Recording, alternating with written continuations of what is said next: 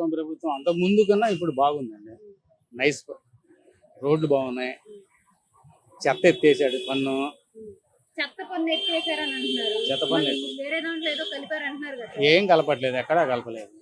నేను టెనెంట్ని, అది owners risk. అది టెనెంట్గా నాకు రేషన్ కార్డు ఉంది, నాకు అన్నీ ఇస్తున్నారు రేషన్ కార్డు.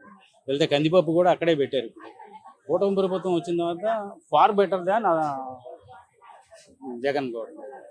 బాగుంది, గవర్నమెంట్ బాగుంది. అయితే వాళ్ళలో వాళ్ళు కొట్టుకోకుండా ఉంటే నెక్స్ట్ వస్తారు, లేకపోతే మళ్ళీ జగన్ సార్కి మళ్ళీ కట్ట పెడతారు. సార్ అంతేకాకుండా రేట్లు చూసుకున్నట్టయితే గ్యాస్ రేట్ పెరిగింది అంటున్నారు, పెట్రోల్ రేట్ పెరిగింది అంటున్నారు, తినే రైస్ రేటు కూడా పెరిగింది అంటున్నారు. మరి ఇన్ని రేట్లు పెంచేసినా గవర్నమెంట్ దీని మీద ఎందుకు దృష్టి పెట్టట్లేదు అంటారు? గవర్నమెంట్ దృష్టి పెడతాం అంటే కొన్ని సెంట్రల్ గవర్నమెంట్ చేతుల్లో ఉంటాయి, కొన్ని స్టేట్ గవర్నమెంట్ చేతుల్లో ఉంటాయి.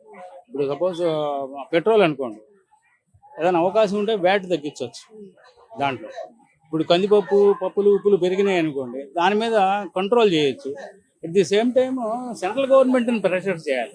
ఎందుకంటే బాబు గారు అక్కడ కోయిలేషన్ ఉన్నాడు కాబట్టి వాళ్ళ గవర్నమెంట్లో ఈయన గవర్నమెంట్లో వాళ్ళ వాళ్ళు ఉన్నారు. సో ఈయన రికమెండ్ చేసి ఏదైనా తగ్గించడానికి అవకాశం చాలా ఉంటుంది.